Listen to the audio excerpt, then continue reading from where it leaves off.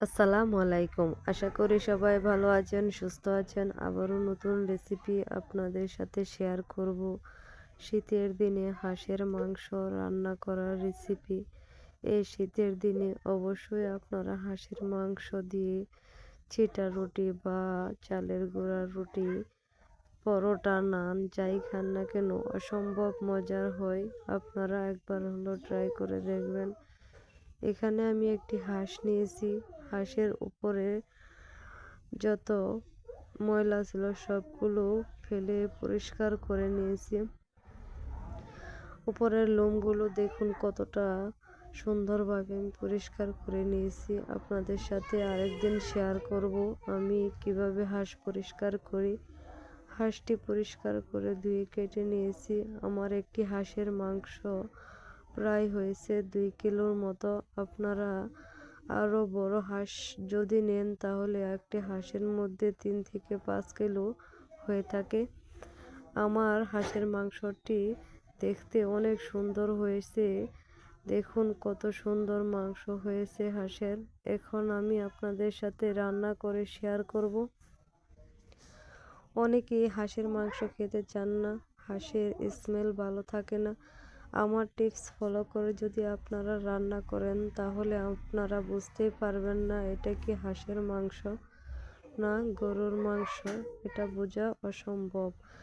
এখানে আমি দিয়ে দেব 1 কাপের মতো পেঁয়াজ রসুন বাটা, দিয়ে দিব 2 টেবিল চামচের মতো আদা বাটা, স্বাদ মতো লবণ, 1 টেবিল চামচের মতো জিরা গুঁড়া, 1 টেবিল চামচের মতো হলুদ গুঁড়া, আর এখানে আমি দিয়ে দিব 2 টেবিল চামচ মরিচের গুঁড়া। আপনারা জাল বুঝে আপনারা মাংসর মধ্যে মরিচের গুঁড়া অ্যাড করবেন। গরম মশলার গুঁড়া দিয়ে দিব এখানে আমি 1 টেবিল চামচ, 1 কাপ টক দই। আমি যে মশলাগুলো ব্যবহার করেছি আপনারা অবশ্যই ট্রাই করবেন পরিমাণ মতো দেওয়ার জন্য। এখানে আমি 1 কাপ পরিমাণ মতো বেরেস্তা করে রেখেছি আগে থেকে, বেরেস্তাগুলো দিয়ে দিব। আপনারা যদি চান এখানে আমি যে টিপস দিয়ে রান্না করেছি সবগুলো মশলা আপনারা মনোযোগ সহকারে যদি দেখেন তাহলে রান্নার পর আপনাদের হাঁসের মাংস এতটা মজা হবে যা বুঝতেই পারবেন না। এই হাঁসের মাংস রান্না দ্বিগুণ স্বাদ বেড়ে যাবে। এখানে আমি আগে থেকে 1 কাপ পরিমাণ তেলের সাথে পেঁয়াজ কুচি দিয়ে আমি বেরেস্তা তৈরি করে নিয়েছিলাম। সে তেলেই আমি এখন বাকি রান্নাটা করে নেব।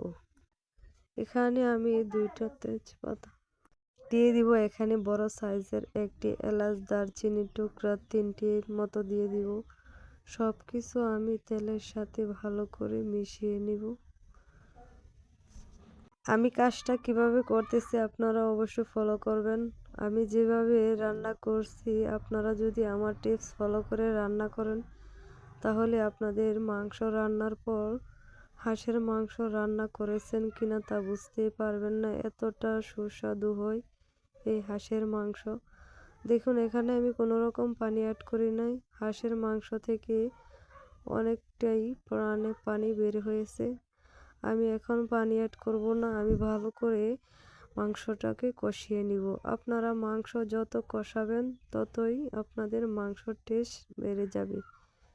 এখানে আমি 2টি টমেটো কুচি করে দিয়ে দেব।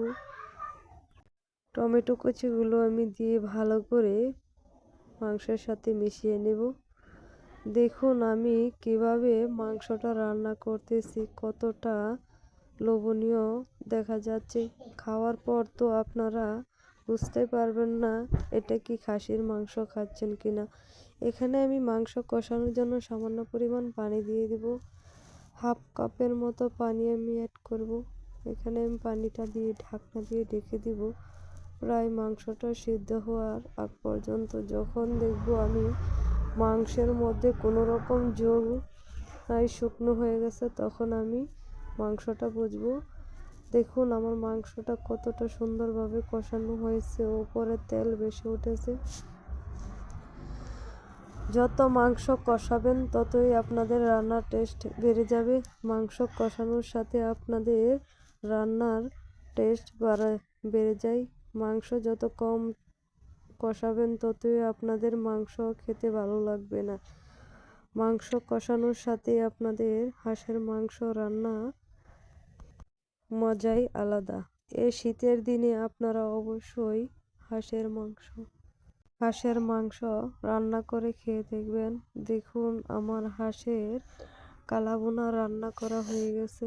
আমি এখানে হাঁসের কালাভুনাটা প্রায় শুকনো রেখেছি। এখানে কালাভুনার মধ্যে কোনো রকম ঝোল রাখা যাবে না।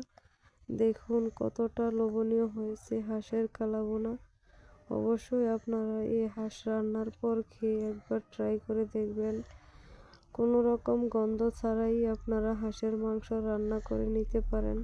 অবশ্যই আমার টিপস ফলো করবেন। আশা করি যদি আমার ভিডিওটা আপনাদের কাছে ভালো লাগে অবশ্যই লাইক কমেন্ট শেয়ার করবেন আর ফেসবুক পেজ ফলো করবেন।